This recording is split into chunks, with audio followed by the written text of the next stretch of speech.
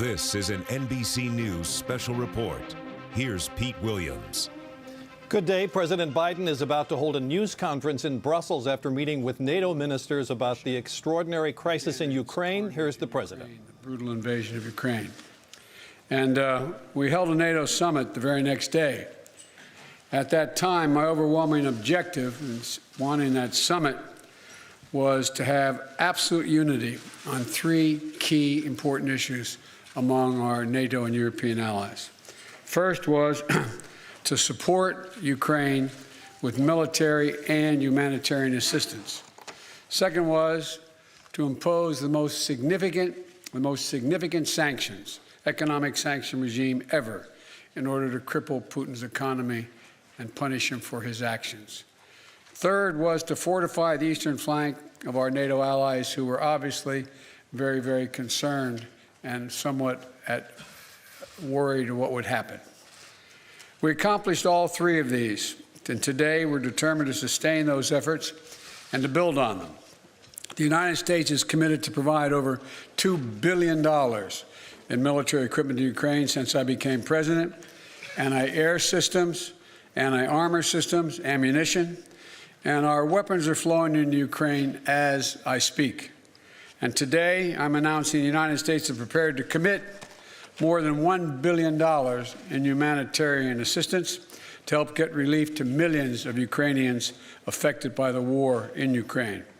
Many Ukrainian refugees will wish to stay in Europe, closer to their homes.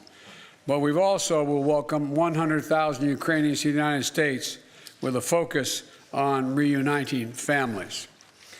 And we will invest $320 million to bolster democratic resilience and defend human rights in Ukraine and neighboring countries. We're also coordinating with the G7 and the European Union on food security as well as energy security. And I'll have more to say about that tomorrow. We're also announcing new sanctions of more than 400 individuals and entities in alignment with the European Union. More than 300 members of the Duma, oligarchs, and Russian defense companies that fuel the Russian war machine. In addition to the 100,000 U.S. forces now stationed in Europe to defend NATO territory, NATO established, as you already know, 4 new battle groups in Romania, Hungary, Bulgaria, and Slovakia to reinforce the Eastern Front. Putin was banking on NATO being split. My early conversation with him in December and early January was clear to me he didn't think we could sustain this cohesion. NATO has never been more united than it is today. Putin is getting exactly the opposite what he intended to have as a consequence of going into Ukraine. We've built that same unity with the European Union and with the leading democracies of the G7, in the G7. So I want to thank you, and I'll be now happy to take your questions. Since there's so many people out there, been given a list. Now, how about Chris of the Associated Press? First question. Hi, thank you, Mr. President. So you've warned about the real threat of chemical weapons being used. Have you gathered specific intelligence that suggests that President Putin is deploying these weapons, moving them to position, or considering their use? And would the U.S. or NATO respond with military action if he did use chemical weapons? You know, on the first question, I can't answer that. I'm not going to give you intelligence data, number one. Number two, we would respond. We would respond if he uses it. The nature of the response would depend on the nature of the use. Josh of Bloomberg.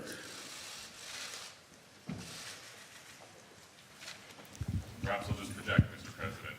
Thank you very much. If I had your voice, I'd have been elected a lot earlier. I'll give it a try. He's got a long arm. Thank you. Can you talk to us about two things, sir? One, since your conversation with President Xi of China, have you seen any indications of action or lack of action from China that has led you to believe whether they will intervene and help Russia, either with the sale of arms or the provision of supplies to support this war in Ukraine?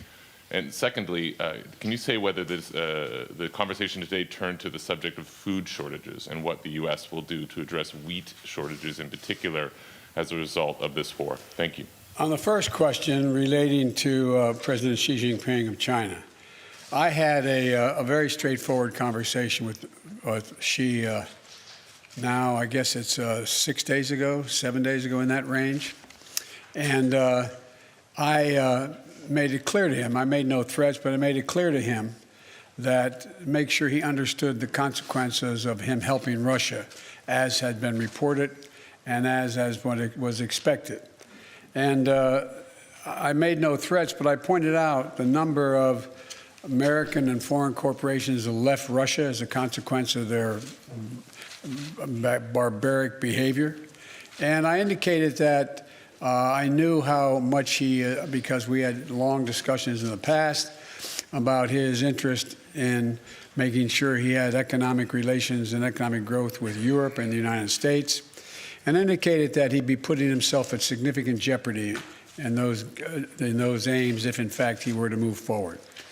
I am not going to comment on any detail about what we know or don't know as a consequence of that conversation, but tomorrow or next Monday that Ursula is having that conference with China, the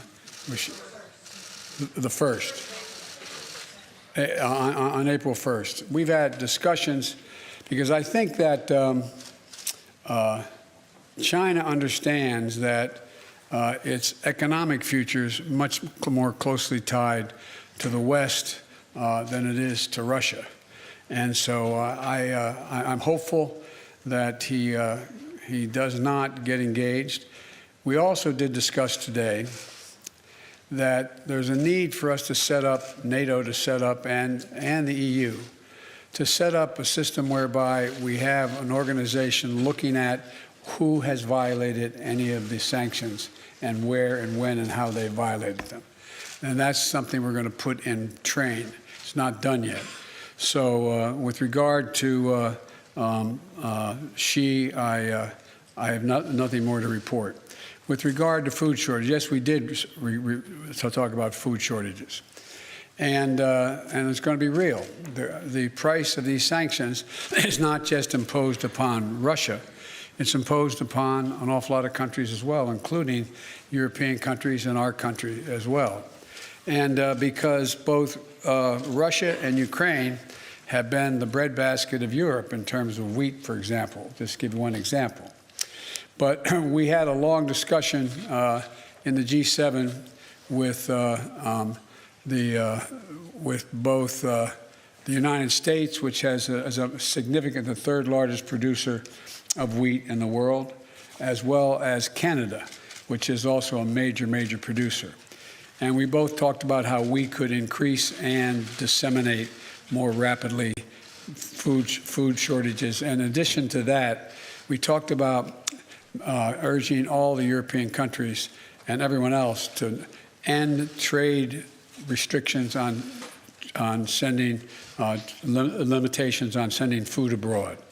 And so we are in the process of working out with our European friends what it would take to help alleviate the concerns relative to food shortages. We also talked about a significant major U.S. investment, among others, in terms of providing for the need for humanitarian assistance, including food, as we move forward.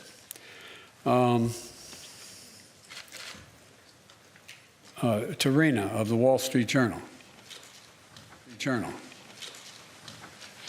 Watch out you don't get hit in the head there now. Mr. President, in your view, does President Zelensky need to cede any Ukrainian territory in order to gain a ceasefire with Russia, or is that completely off the table? And then also, do you think that Russia needs to be removed from the G20? On the latter point, my answer is yes. That depends on the G20. That was raised today, and I raised the possibility, if that can't be done, if Indonesia and others do not agree, then we should, in my view, ask to have both Ukraine be able to attend the meetings, as well as basically Ukraine being able to attend the G20 meeting and observe. With regard to, what was the first question? If you think that Ukraine needs to cease, to give up any territory in order to get That is a total judgment based on Ukraine. Nothing about Ukraine without Ukraine. I don't believe that they're going to have to do that, but that's a judgment. There's negotiations that are discussions, I should say, that have taken place that I have not been part of, including the Ukrainians, and it's their judgment to make. Cecilia, ABC. There you are. Oh, so looking that way, thank you. Sir, you've made it very clear in this conflict that you do not want to see World War III. But is it possible that in expressing that so early that you were too quick to rule out direct military intervention in this war? Could Putin have been emboldened knowing that you are not going to get involved directly in this conflict? No and no. You do not believe that? And to clarify on chemical weapons, if chemical weapons were used in Ukraine, would that trigger a military response from NATO?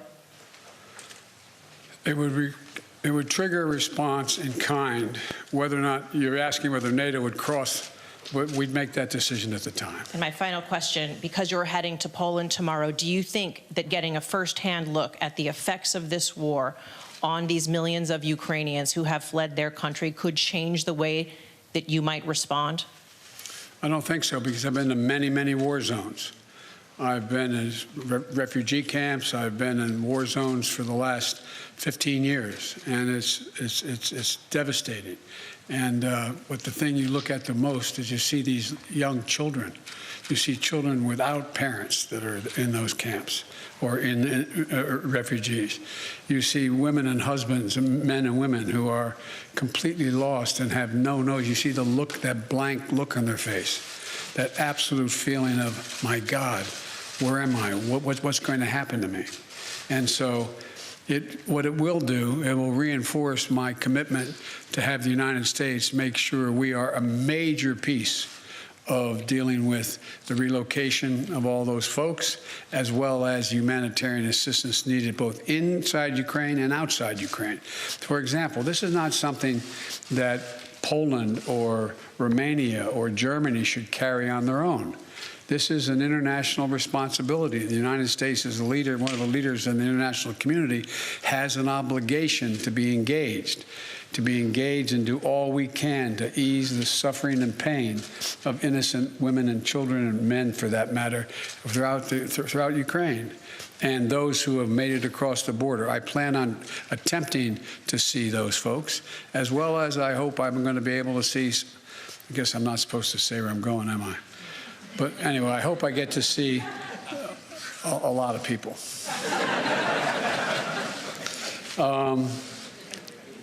Marcus of Der Spiegel.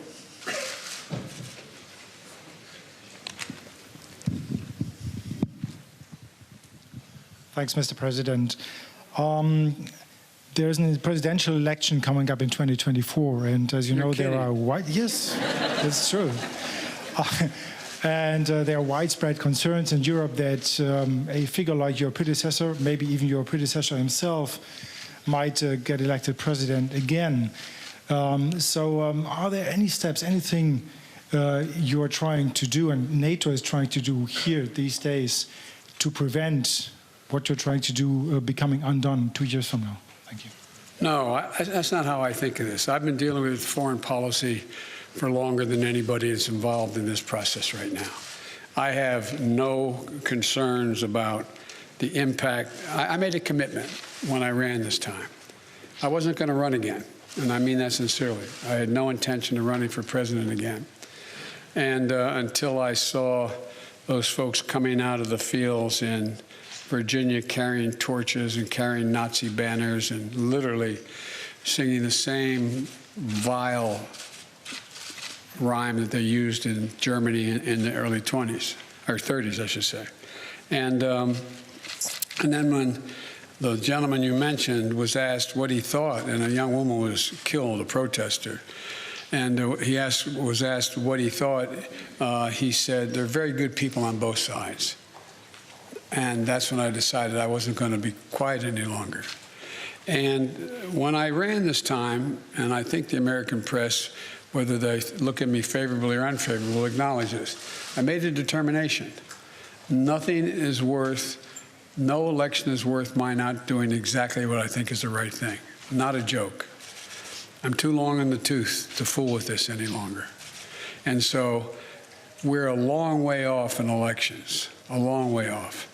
My focus, if any election, is on making sure that we retain the House and the United States Senate so that I have the room to continue to do the things that I've been able to do in terms of grow the economy and deal in a rational way with American foreign policy and lead the world, be the leader of the free world. So, but it's not an illogical question for someone to ask. I say to people at home, imagine if we sat and watched the doors of the Bundestag broken down and police officers killed and hundreds of people storming in. Or imagine if we saw that happening in the British Parliament or whatever. How would we feel? And one of the things that I take some solace from is I don't think you'll find any European leader who thinks that I am not up to the job. And I mean that sincerely. It's not like, whoa, it's that.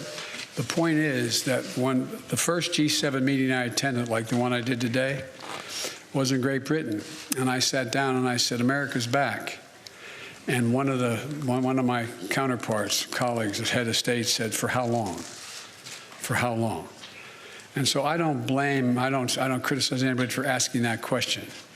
But the next election, I'd be very fortunate if I had that same man running against me. Thank you very, very much. Mr. President,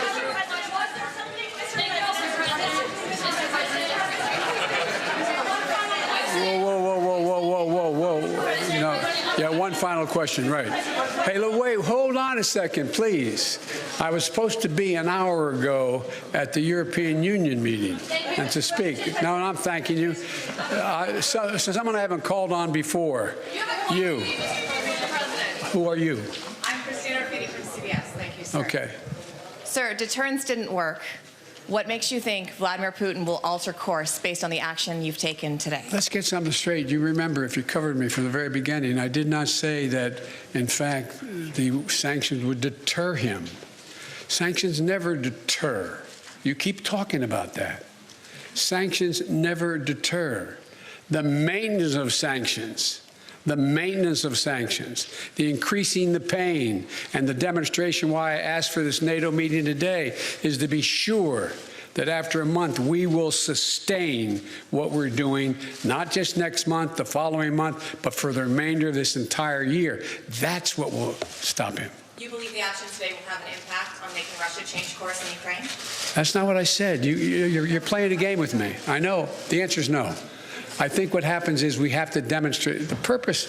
The single most important thing is for us to stay unified. And the world continue to focus on what a brute this guy is. And all the innocent people's lives are being lost and ruined and what's going on. That's the important thing. But look, if you're Putin and you think that Europe is going to crack in a month or 6 weeks or 2 months, why not? They can take anything for another month, but we have to demonstrate. The reason I asked for the meeting, we have to stay fully, totally, thoroughly united. Thank you.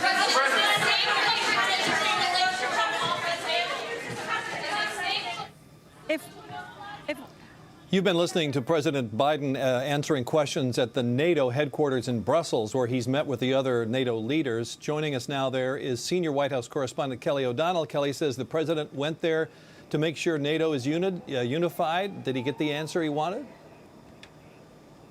Well, what's interesting, Pete, is the president just said that these sanctions and other measures they've taken were not about deterrence. And yet deterrence is a word we frequently hear from senior White House officials about the purpose of having financial constrictions on Russia. So that might just be semantics, but that is certainly a notable sort of idea from the president that he believes that a sustained unity from European and world leaders is the best hedge against Russia to to outlast Vladimir Putin. Another notable thing is the president says he believes that Russia should be expelled from the group of 20 nations, the G20. That's not something the U.S. can do on its own, and other nations, he named Indonesia as one that might object to that, but that would be further isolation on the world stage of Vladimir Putin. That is in sort of the niceties of global interaction and very far away from the gritty devastation that is on the ground in Ukraine right now. To that fact, the president talked about the $1 billion of humanitarian aid the United States is committing, opening the doors of our country to 100,000 Ukrainian refugees who may seek asylum and to resettle in the United States. Many want to be able to return to their own home in Ukraine if that's possible. Others, of course, have been absorbed into Europe. And the president may get a chance to see more of that on the next stop of this trip when he heads to Poland. A big question that he would not answer would be things like, have they determined whether chemical weapons have been used, or if Vladimir Putin has the capability or intention of doing that. That may be a question of intelligence that he wants to preserve. And so one of the real issues coming out of this emergency set of diplomatic meetings today, which will continue now that the president will return to his schedule, is, are these concrete steps that they're taking for a variety of sanctions, military aid, humanitarian aid, will they have a practical effect? Will they do anything to stop Vladimir Putin? That is a real question, and one that the president does not have an easy answer for. Volodymyr Zelensky, the president of Ukraine, had implored NATO earlier today in a video message to do more and to stand for peace and to give more help to Ukraine. And the world leaders are certainly sympathetic and compassionate toward Ukraine, but there are real questions about how much more they would be willing to do. They do not want direct conflict in a military sense with Russia. The president said if there were a chemical attack, leaders would decide at that time how they would respond. Pete? Well, Kelly, let's put that question to Chief Foreign Correspondent Richard Engel, who's in Kyiv. And Richard, today Zelensky asked for tanks, he asked for planes, he asked for rockets, he asked for air defense systems. It sounds like that's not exactly what he's getting out of this meeting. He keeps asking for weapons. He's asked for a no-fly zone. NATO is not saying specifically what it is giving. I think NATO is trying to protect its supply lines. And also, NATO doesn't want to publicly say no to the world's most popular president right now. But many NATO weapons are arriving here. We've seen them on the battlefield, the shoulder-launched missiles. But I think the big takeaway from what President Biden was just saying, and from these continued requests from President Zelensky for more weapons, is they are bracing for a long conflict here. Vladimir Putin launched this war a month ago today, and according to detainee reports, thought it would be over quickly, that it would be within 3 days, Russian troops would be raising the flag here in Kyiv, and they would topple the government. We're now a month in, and the government is asking for more weapons, and President Biden said that he's called this extraordinary summit of NATO allies so that they would keep the sanctions going through the end of the year. So I think the way people are going to hear that here is they better be in this for the long haul and anticipate that this is going to be a war that is not measured in days or months, but could be a lot longer than that. Richard, we've also seen reports that the Russians in some parts of Ukraine have basically been fought to a stalemate, and that could encourage Putin to use more elaborate measures to escalate the conflict. Is that a very real fear there? It is absolutely a real fear. It is something that President Zelensky, for the first time today, spelled out. He spelled out in 2 addresses that he gave today, addressing Western leaders gathered there in Brussels, warning of the distinct possibility that Putin might try to escalate, might try to change the battle dynamic by using chemical weapons. And he's used chemical weapons in the past. The chemical weapons have been used in the forms of poisons to kill Russian opposition figures. And one of Putin's allies, Bashar al-Assad, directly supported by the Russian military, used chemical weapons. So it is not outside the range of possibilities. And I think that's why we had President Biden, in his most forceful comments yet, saying that there would be unspecified consequences if Russia used chemical weapons. And he didn't rule out NATO intervention. He said it would depend on the nature of the use of those weapons. All right, Richard Engel in Kyiv, thank you very much. Joining us now is the chief White House correspondent, Peter Alexander. Peter, it's pretty clear, I suppose, that whatever Mr. Biden wants, he's going to get support for Congress for that.